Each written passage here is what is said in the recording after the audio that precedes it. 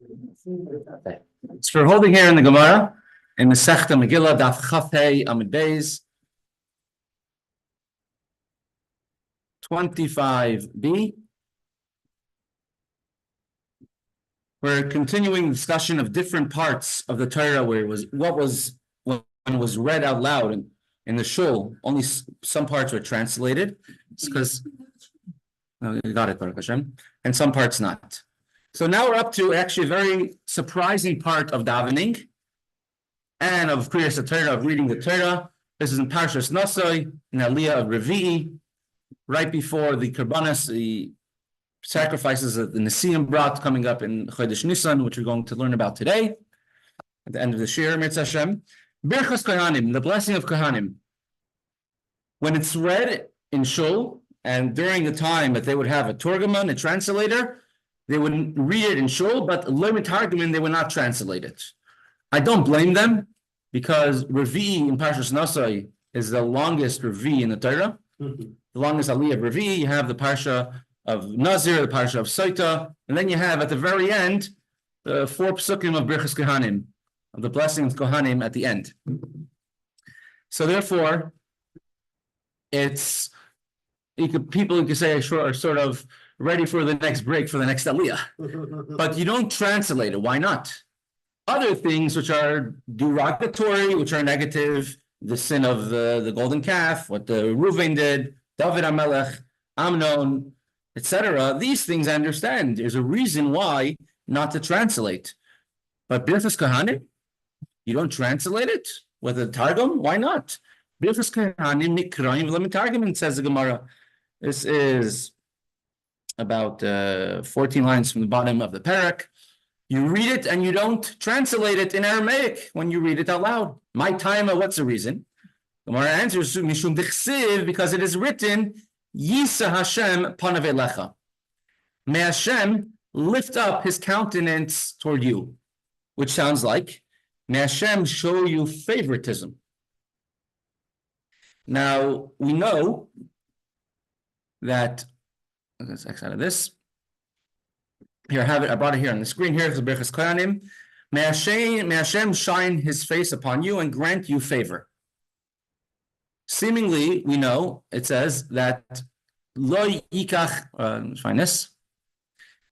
Over here in Parshas Ekev, it says, Ki Hashem Elokeichem, Hashem your God, Hu Elokei Elokim, he is the God of gods, meaning the gods of everything that looks like it has power. Vadonei Adonim, and the master of the masters. Right, the great, awesome, mighty God, which we said is the source of Shemona Esrei. Hashem shows no favoritism. So if in Parshas Ekev it says Hashem shows no favoritism, how can we say in Birchas Kohanim, Yisa Hashem panav elecha, may Hashem show favoritism towards you? So therefore, we don't translate it. Then we shouldn't read it either. Why do we read it? It could be read because those who understand the meaning could understand and know that they are supposed to have learned this Gemara. This Gemara, and let's bring it up on the screen here. Brachas Daf Chaf Amid Beis. Gemara over here brings an anecdote.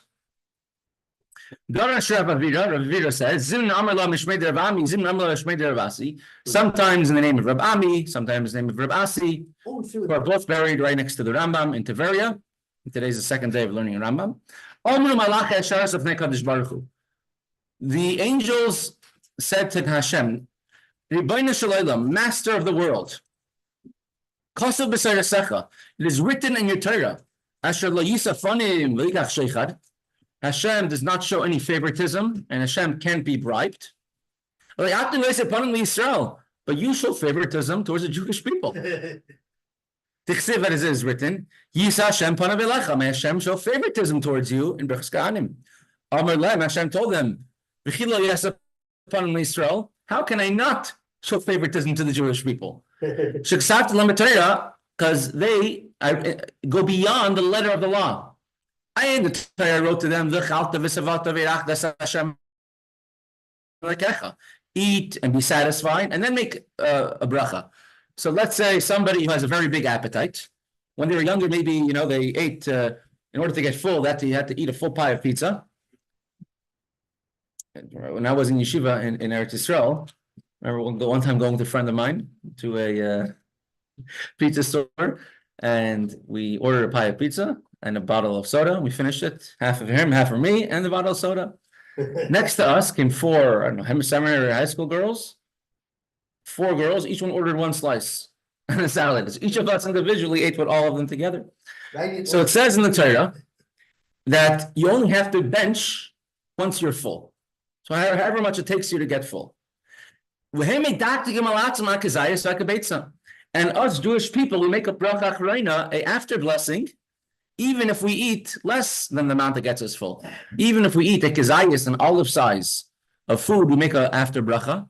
And a kibetza, if you eat 2 olive sizes, the size of an egg of bread, then we bench. We do the long benching. So we are much more stringent on ourselves. So Hashem says, how could I not show them favoritism? So if someone understands the Torah, the Hebrew, he probably learned that Gemara as well. And therefore he knows that it's okay for Hashem to show us favoritism. What we're saying is, Yisam, Hashem gives you extra favor, extra help. Continues the Gemara. David ve'Amnon, loy nikrim v'loy mitargemin. The incident of David and Amnon is neither read out loud. You have to learn it by yourself or learn it in yeshiva, but it's not read in shul as a haftarah. V'loy mitargemin, and if it is read for any reason, it's not translated. Meaning these are how do you say? These are for rated not by age, but rated by knowledge. You have to be able to learn it by yourself. The Gemara asks a question. Didn't you say previously? Might say Amnon v'Tamar nikra mitargim. The story with Amnon and his sister Tamar is read and translated. There's 2 different stories over here. One is Amnon, how he rebelled against his father David. One is Amnon, how he violated his sister Tamar. We said before the story of Amnon, how he violated his sister Tamar, is read and translated. Now the story of Amnon, how he rebelled against his father David, is not read nor translated. Amnon also, David had the hardships from many of his children. Instead, it came as a result of no, because there's certain things have to do with the city of Noiv, the Kohanim. Shaul Hamelach killed the city of Noiv, the Kohanim, when David ran there. David was running away from Shaul, but the people, the Kohanim of Noiv, didn't know. And when he came, they protected him, and Shaul got so angry, he killed the city of the Noiv with all the Kohanim. And so David should not have put them in danger, so that's why he was punished later on, that his sons rebelled. He was a tzaddik, tzaddik with no yitzhara. I'm saying a very unique tzaddik, and he was, for the slightest things, he was punished. He cut off David Shalom Melech's tzitzis when he was sleeping in a cave, saying, I could have killed you, but I didn't, because you're a king. And he became cold at the end of his life, and trembling and shivering. So Hashem was very strict with David HaMelech. So the story of Amnon and David is not translated and not read either. The story of Amnon and his sister is read and translated. Does that make sense? One is rebellion, one is incest, which is a lot different. The Gemara answers like Kasha. It's not a question. Hodichsiv Amnon ben David. Hodichsiv Amnon Stama. When Amnon in the Torah in Shmuel, when it's read as Amnon, the son of David, you connect him to David HaMelech. So then we don't translate it and we don't read it because you don't want to associate David HaMelech with this. So because you're thinking of David, you're associating him with this story. When you're saying Amnon, not mentioning David at the same time, so then there's no affront to David HaMelech at all. So then you could mention Amnon's name but maybe and translate it. Even though Amnon had done actually something he wasn't supposed to do, but it may be actually a bit actually less because she was conceived. Correct. It was less. Correct. She was a daughter of Fastayar, etc. Yeah. Correct. Also, there's a big difference between the Torah and Nevi'im. Torah, you have to read it. You have to read the entire Torah in shul. The story of Reuven might have been skipped as well if we didn't have to read the whole Torah. Navi, you have the choice to just do a different Haftarah. Or you don't have to read the entire Navi. We don't go through the whole Navi throughout the year. It's pretty much impossible. It'll be a longer Torah reading than the Torah itself. Continues the Gemara. Taner Rabbanan. Are we going to go in to the topic? Is there ever such a thing that to a Jewish person, you're giving him too much praise? The Frierdiker Rebbe, he would write letters, thousands of letters, and he would write titles to people, to the Chassid, the special Jew, the Chassid, the Yerushalayim, the God-fearing Jew, Isha Elakim, Nachba V'Naila, and he would write like praise titles about different people before, like as an introduction to their letter. And they would ask the Frierdiker Rebbe, some of these people that the Frierdiker Rebbe would write letters to are quite far from living up to some of the standards that the Frierdiker Rebbe would say, wrote. And the Frierdiker Rebbe said that when he's writing them, he knows where they're holding at the time, but he's implanting them and he's opening up the potential for them to reveal these traits inside of them. So he sees what they could be, and when he writes it, he's revealing these traits, making it come out. And some people it takes shorter, some people it takes longer. When he writes it, it comes out. There was a famous line that some people said that the Rebbe said, "I'll be a chassid," right? And he says, "I know I'm not going to live a long life because the Rebbe says I'll become a chassid." The Professor Block, shliach in London, Ontario, many years till he passed away. He's a shliach from the 60s all the way till he was a professor in Aristotle. He wrote a book on it. So he was. If Moshe is here, I think Moshe is here. Moshe Nash. So you would know Professor Block. He was brought to Lubavitch. He's from Nashville, Tennessee, originally. And Rabbi Zalman Posner, Moshe is also from Nashville. He was the one who brought him to the Rebbe. Yes, I met him a couple of times and had the honor of speaking with him several times. He was a wonderful man. Yeah, I remember when he verbringed for us in Yeshiva in Toronto, and we were a young Bachram, and the things like he spoke about with us were beyond our age to understand. He had a very low voice. He used to have to speak in a mic. Professor Block. Yeah. There was a verbringen every year that he would verbring for the Pegisha. Pegisha was like when college students would come for Shabbos to Crown Heights, it'd be by verbringen of the Rebbe. And Motzei Shabbos was always a verbringen with Dr. Block and the students. And it was an exclusive verbringen. No one else was allowed in but the college students and their chaperones. So my father snuck in a few times just because he was a chaperone, supposedly. But from that verbringen, it will literally come out, Balichula from the verbringen every single year. Very, very unique, special person who called it as it is. So Professor Block, he came to 770, came to the Rebbe, then afterwards he tried out other yeshivas for a while, and then he came back later. The first time he came, he was by verbringen of the Rebbe, and the Rebbe called over Rabbi Zalman Posner, and the Rebbe told him something. Was our Zalman Posner? Rabbi Posner's son. He was a shliach in Nashville. I see. A rabbi of a shul in Nashville for over 50 years. So the Rebbe called over Rabbi Posner, the one who brought Professor Dr. Block to the Rebbe. And the Rebbe, he was a professor in campus, besides for being the shliach. He's both. And right now, in London, Ontario, the campus, they have his son-in-law, his name is Gorkov, is a shliach there, and they have over 100 students, I think close to 200 students every Friday night at their Shabbos meal.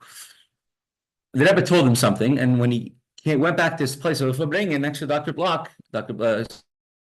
so he asked him, "What did the Rebbe tell you?" And he wouldn't answer. And later on, years later, he told him, the Rebbe told him, "Go tell whatever Yitzchok, or I'm sure he called him his name. Go tell him that so chassid, as Dr. Block would say. At the end of the day, he's going to become a chassid. So what is he pushing it off for? Like, what's he on the fence about?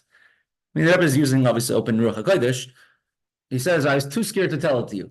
So I never told it to you. But later on, years later, he told him what the Rebbe said. And that's once he was already a chassid, right? Yeah, once he's already a chassid. Makes sense. And he says, but he says, the Rebbe told me I should tell you then, but I didn't. But so you'd always say, if the Rebbe said, sof, at the end of the day, I'm going to become a chassid, so I know I'll live a long life, to be a proper chassid. So is it okay to give excessive praise to somebody? Not chanufa, flattering, but excessive praise when you don't have it. So let's look at the next Gemara. Is it ever okay to make fun of people, make fun of things? Tanu Rabbanan, our sages say, Kol ha-mekrois haksuvim b'Torah l'genai. Where the Torah said where we said that we do not translate it is because it's something negative, and we're trying to not publicize a negative. And whenever there's a negative connotation, a word that is a very not clean or not nice word in the Torah, so then you could read the word differently. In the Torah, you have what's called the kri and the ksiv. Sometimes in the Torah, a word is written one way and it's pronounced a different way. This all comes not from what Chaim made up, from sages made up. It's a tradition going back to Moshe Rabbeinu. He received it from Hashem on Har Sinai. We cannot introduce our own kris and ksiv based on what we think is the right thing at the time. So the ksivs, when there's a word that's a very negative word, a coarse word, non-refined word, we change it and we read it out loud in a refined manner. Kegoin, for example, you have this in Torah and you have this in Nevi'im, in Zechariah, on the Haftarah on the first day of Sukkot. It says the word Yishgalena, which means another. It says it's part of the curses and part of the. It says what's going to happen during the war of Gog and Magog, that a man will marry a woman and a different man will Yishgalena. Yishgalena means will intimate with her, yeah, but in a coarse type of way, and we read it as Yishkavena. He will lay with her in a more refined way. As a matter of fact, Yishgalena, there are different pirushim which bring from different places what exactly it means, Yishgalena. But at any rate, it's not something that's a Torah way of doing things. Another place where it says ba'afolim, hemorrhoids, and we read it batchayrim.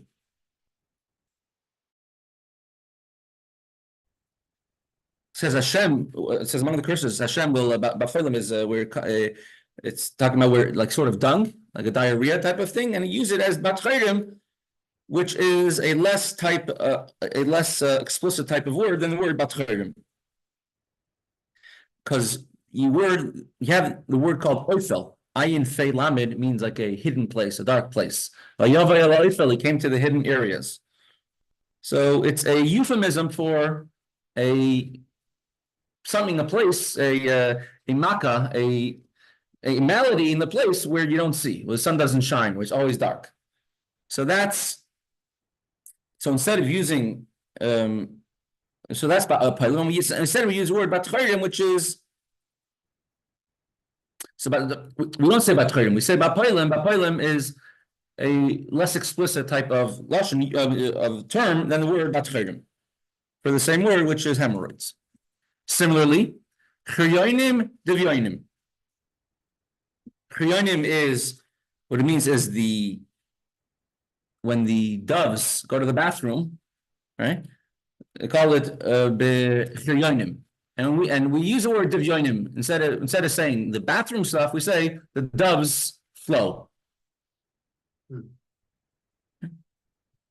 It says, and there was a great famine in Shomron, and they besieged it until a donkey's head was sold for 80 pieces of silver, and a quarter of a kav of dove's dung was for 5 pieces of silver. Right. So the word is chiryonim, comes from chari, who comes out from the not clean part. We read it as divyonim, the doves flow. Similarly, lechol eschireyim V'lishtes esmei meshinayim.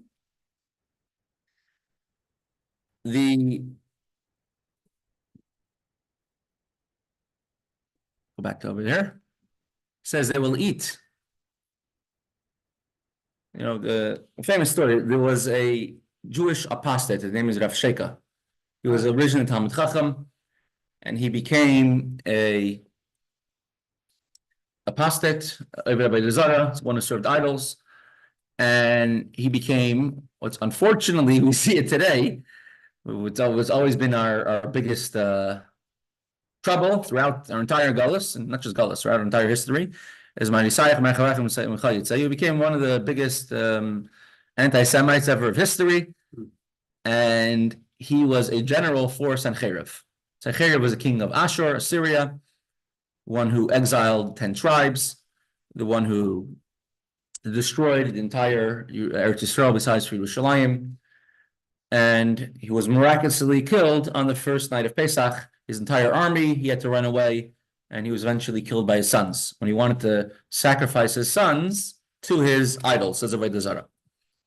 If you go today to Eretz Yisrael, to Yerushalayim, you could see all the fortifications that Tiskiyo built, and you can see the water tunnels that he dug and walked through them to sustain them during the siege by Sancherib.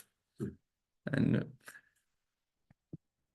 Rav Sheka, he was a apostate, and he stood up. You know, the Assyrian army surrounded Yerushalayim, and they were outnumbered by thousands. I think the number was 500,000 to 10,000 or something. Like, they were completely outnumbered. And he told them, he says that, when they were crossing the river, the north of Eretz Yisrael, maybe the Paras, to Sancherib's men, the first men and horses of his had to walk in the water till their noses, but the horses drank so much as they were crossing, and their clothes absorbed so much that the second wave of people had to cross till their knees, and the third wave walked across in dry land, because they dried up, you know, with like a little stream of water. And so Rav Sheka, he was blaspheming Hashem and saying words against Hashem, and he was speaking in a not clean way against Chizkiyahu, against the people. And he's saying, surrender, give in to Ashur. Don't you see what we have already done to all the nations all over? Don't you see what we've done to the rest of the nations or the people? And he says, has he not sent me, that meant to sit on the wall, eat their own dung, drink their own water with you? He wanted Chizkiyahu to come to the wall and have a showdown with him. What ended up happening was Chizkiyahu said, I'm not going to him. And he sent and said 3 of his generals. And these 3 generals had to repeat what Rav Sheka said. But when Rav Sheka blasphemed Hashem, they tore their clothes, and afterwards, when they repeated it to Chizkiyahu tore his clothes. Rav Sheka was saying, nobody can be spared from the Assyrian Correct. God. Correct. And right. And he was saying not things he said about Hashem. So the things that he says, when we read it over, we change the Lashon. It says, Lachos Chaim, Lushas is Meshinayim. So when he says that they're going to eat, they're going to eat their own excrement, their own feces. The Lushas is Meshinayim, and to drink their own urine. The water of Shinayim is called the teeth. That's where inside of the body things are processed. And we read it a little more refined, lechel es sayasam, to eat their own excrement, but saya is a more refined way of saying it. The lishtes is meraglayim, to drink the waters of raglayim. If you look in the Siddur, and we would say that they used chelbina. Chelbina is a certain type of foul-smelling spice they could have put into the Tiferes, that they put into the Tiferes, to say that we're not doing the mitzvah of Tiferes, the incense, the good smell in the Beis HaMikdash, because it smells good, but rather because Hashem said so. And they put in chelbina. And the Mishnah says they could have put in meraglayim, which means urine, to make that negative, not good smell. But ein machnis meraglayim b'mikdash u'pneiha kavod. We don't bring this into the Beis HaMikdash because of honor. And the Siddur translates it, we don't bring the waters of Raglayim, but it means the urine. So we read it in a more refined type of way.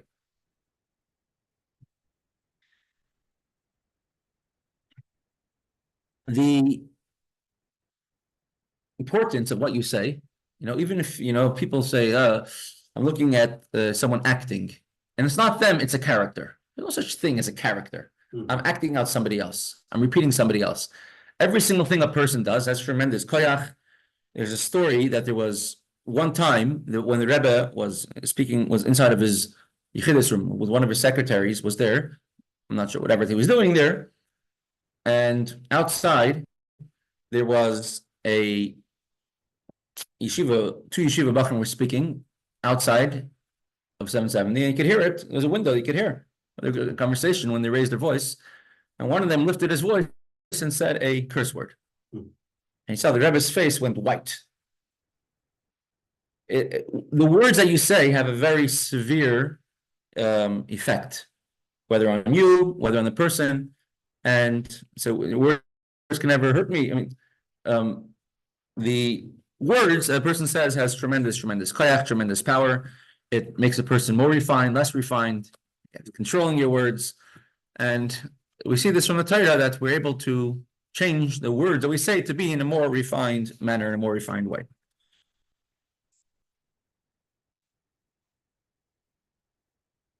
Let's continue the few other examples.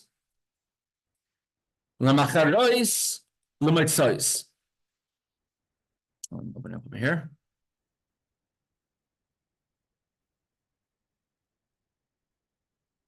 This is, I think, by King Yehoyash,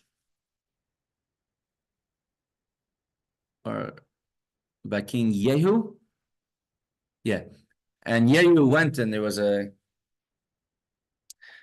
he went ahead and he destroyed, I'm thinking he had a war with the rest of Yerushalayim, with the rest of the brothers, his family, he killed them, and he killed all the idol worshippers, and he destroyed Esmatzevas Abal, and he destroyed the pillars that they made to serve to an idol called Baal. Vayitzur base of Baal, they broke it down. Vayasimuhu, and the word is lamacharois adayim, and they made it the macharois, a place where you go to the bathroom till today. And that's the way it's written, and we read it l'mitzois. Mitzois is what you find. We find after you go to the bathroom, but it's just a more refined way of saying it. Rabbi Yeshua ben Karcha says, "Lemacharois kishman if nation gnai lavedazara." He says, no, you don't read the word as mitzois. Don't say mitzois, right? That's mitzois is in brackets over here. Read the word rather as macharois, which is in Yiddish. There's a word called macharaika. You've heard of macharaika? Macharaika is a something that's broken. Take the broken thing. Comes from this stuff. Not the macharaika. You read it with the original word, and in this case, you are allowed to say a word that's unbecoming, that's not proper, because it is a genai, it is contempt for idol worship. Over there, it's speaking. The Torah is telling us what Yehu did to the idol of Baal.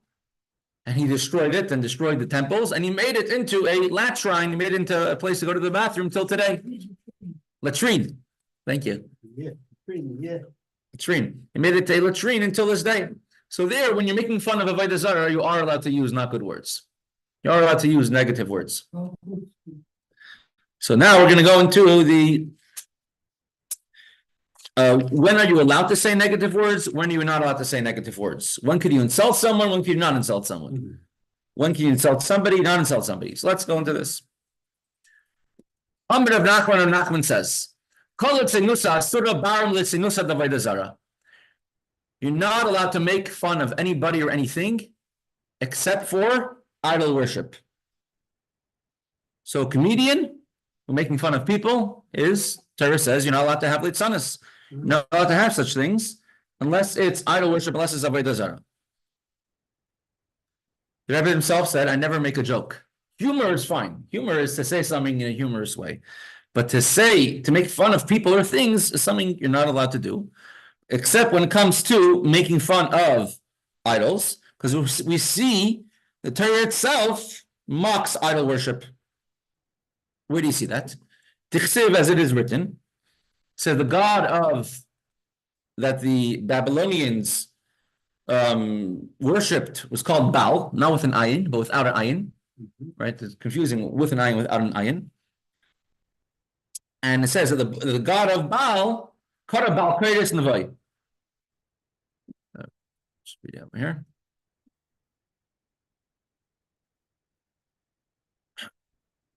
Baal bows down, Nebo stoops. Their idols and their beasts upon the cattle. There's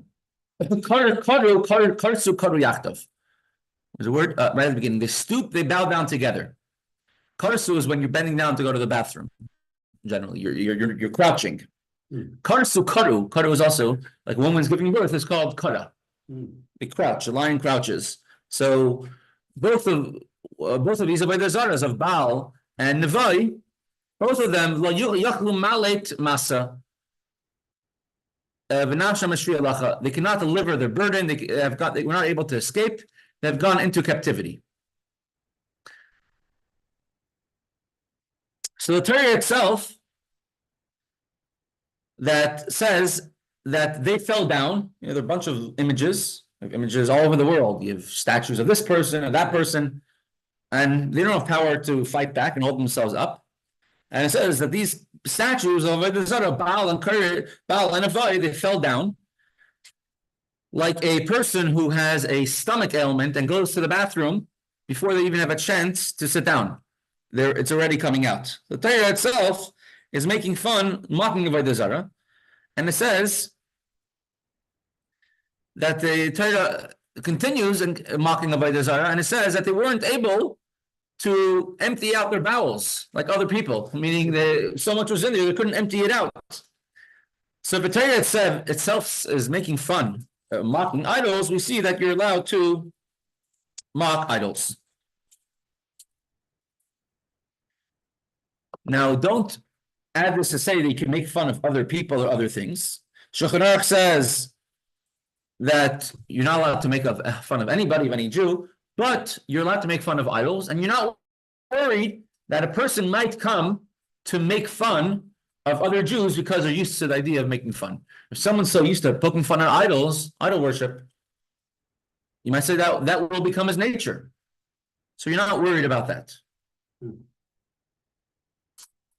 And also, the Gemara tells us immediately, it doesn't say you're allowed to make fun of idols. It says you're not allowed to make fun of anybody except for idols. To tell you, don't make this into a person who you are. If you are a person who wants to make jokes the whole day of other people, don't look for idols to make jokes of. And once we do that predicate, that premise, we're going to start having a whole bunch of other examples of when you're allowed to make fun of people, and when is it legally halachically allowed to insult others. But we'll also go to the other extreme. When are you allowed to praise others, even though they don't deserve it?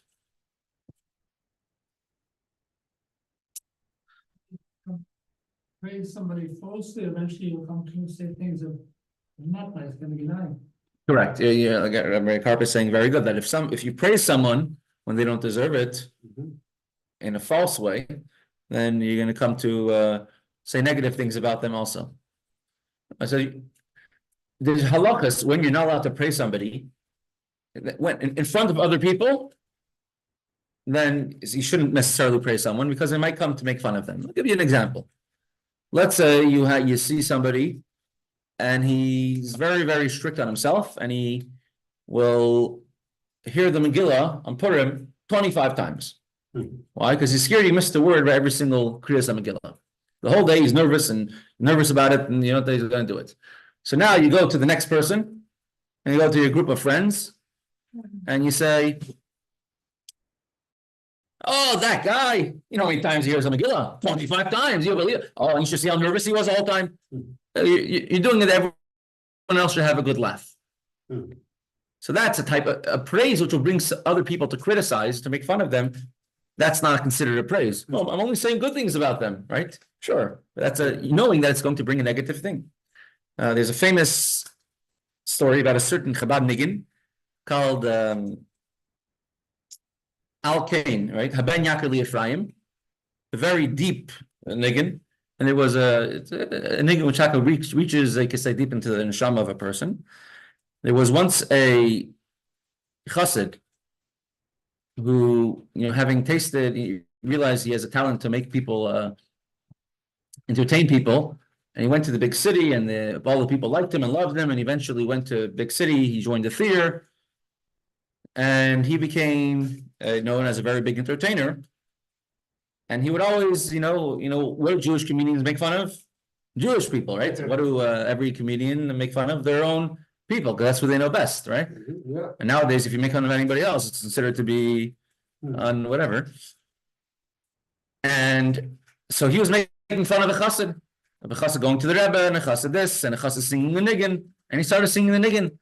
And as he's singing the niggin once and twice, and suddenly he got so inspired into the niggin of a Ben Yakili that he couldn't do it.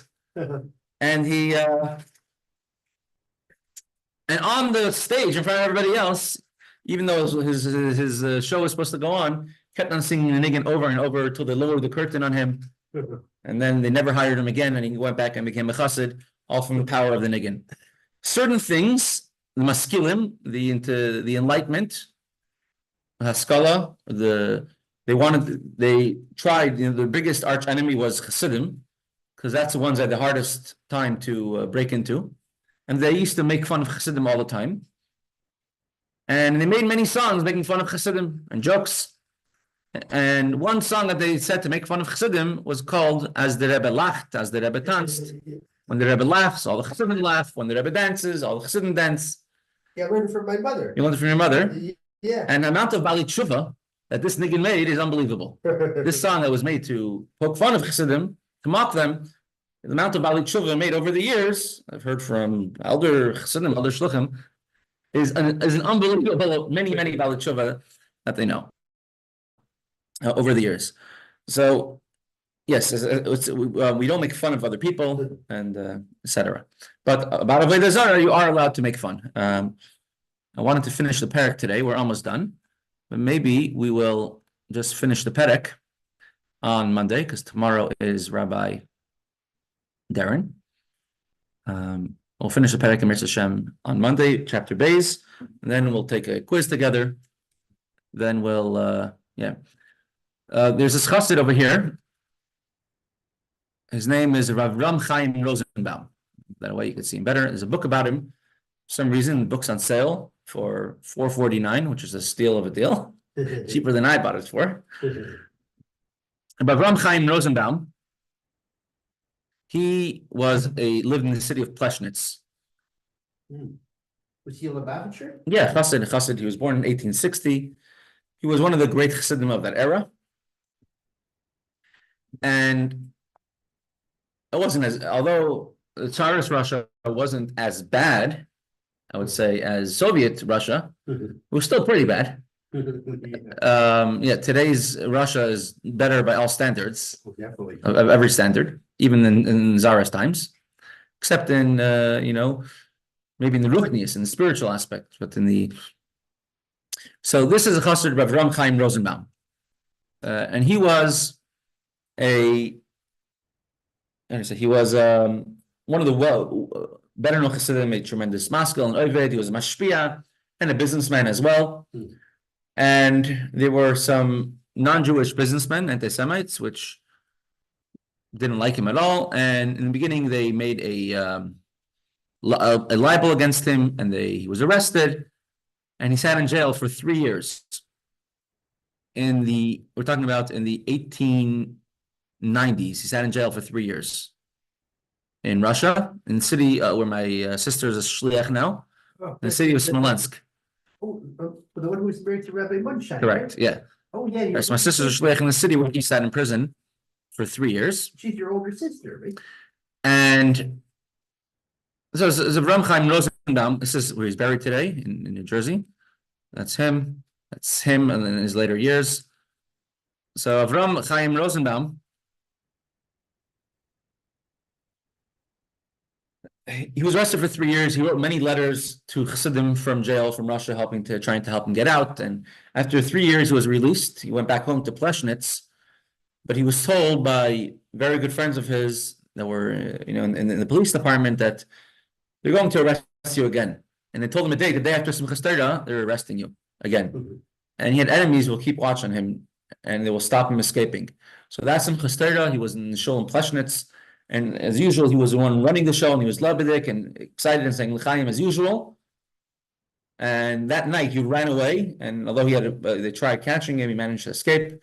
He left, and he was in France, and he was in Belgium, and he didn't have much fortunes. And he had a friend of his who moved to America. His name is David Shifrin. If you know the Shifrins from who used to live in Pittsburgh, that's a great grandfather, the police officer David Shifrin.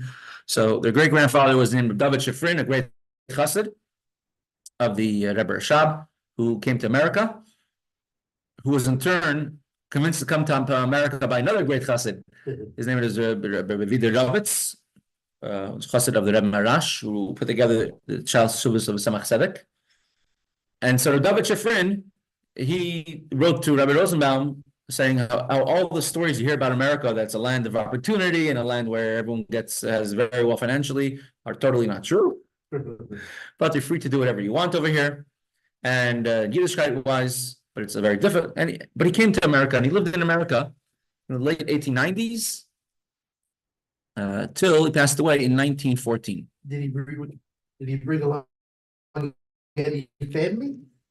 And all of his children. Ah. And when he came to America, so in 1898, and he lived here till 1914. He came here the same year that Tamchei Tminim was established, the yeshiva. He raised a lot of money for Tamchei Tminim. He wasn't in major debts, but the one time he won $5,000 in a lottery. And the letters that he wrote to the Frierdiker Rebbe are all around, and they're printed. And he wrote to the Rebbe Rashab, what should he do with the money? And he sent right away $1,000 to the Rebbe Rashab. And he told the Rebbe Rashab that he has debts about $4,000 or so, or whatever it was. And the Rebbe Rashab said he could keep the rest of the money for you. So before he passed away, they said Chaim Rosenbaum passed away here in America. They say that one of his descendants now goes to Chabad somewhere, so I'm not sure who his descendants are exactly. But he's buried somewhere in New Jersey or in Brooklyn. Yeah.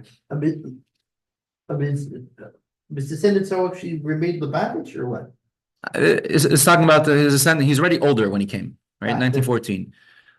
So I think his children were, but his grandchildren grew up in America in the early 1910s. It wasn't much of Yiddishkeit, and like tens of thousands of Chassidim who came to America then. I don't know what's left in Yiddishkeit of their descendants.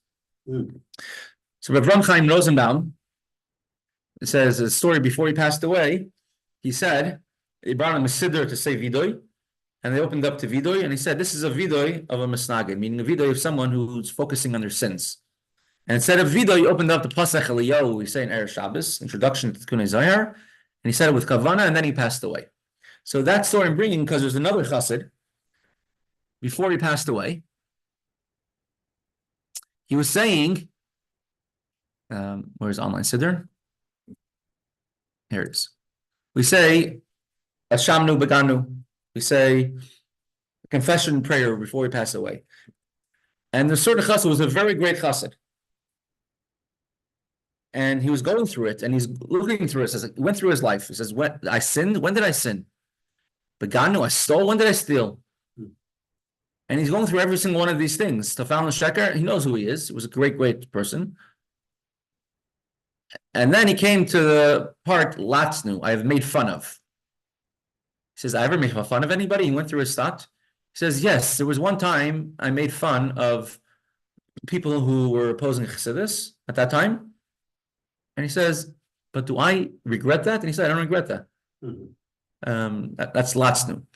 What we see from there is that it's very important not to make fun of people. And it is one of the things that we say in Vidoy, in Ashamnu Beganu, because the idea of Litzanis is a very important thing not to make fun of. There's a whenever, I'm saying my grandfather was a Fabrengen very, very often, but whenever someone would try making it less serious or less, like it happens that sometimes by Fabrengens, and he would say, Shah, you're not allowed to show your teeth by a Fabrengen. What does it mean show your teeth? I mean, laugh when you show your teeth. He says that's not the idea of a Fabrengen to get together and to talk negatively. What you do is to get together and to talk positively about your neshama, about this person, about everybody, to find the good in everybody, and that's what a yid is. So we'll pause over here. They want to do at least one thing of halacha, so we'll do at least one sif of Kitzur Shulchan Aruch. It says Kol Chodesh Nisan Einam Tachnun. In the month of Nisan, we don't say Tachnun at all. V'lo Tzedek Hadin, we don't, by burials, we don't say the long nusach of called Tzedek Hadin, which is of mourning. V'einam Tzedkascha b'Shabbos Mincha. And by Mincha and Shabbos, we don't say Tzedkascha, which we say 3 verses to commemorate 3 people who passed away at that time. Moshe Rabbeinu, David, and Moshe, David, and Yosef, I think, who passed away at that time. And we don't do any of these things of sadness or avodah zarah or mourning during Nisan. Every single day, one reads the Parsha, in the Torah of the Nasi, and our minhag Chabad is that we say Yiratzin afterwards. And on the 13th day we read till the next portion of Parshas Valoischa till Ken Asa Saminera. And also we don't say on Shabbos, which didn't mention over here, we don't say Avarachim on Shabbos because Sfardim do it every single week. They do it during Nisan as well, but we don't. Avarachim on Shabbos, Yiskar, it's part of Yiskar, and so we don't do it during the month of Nisan.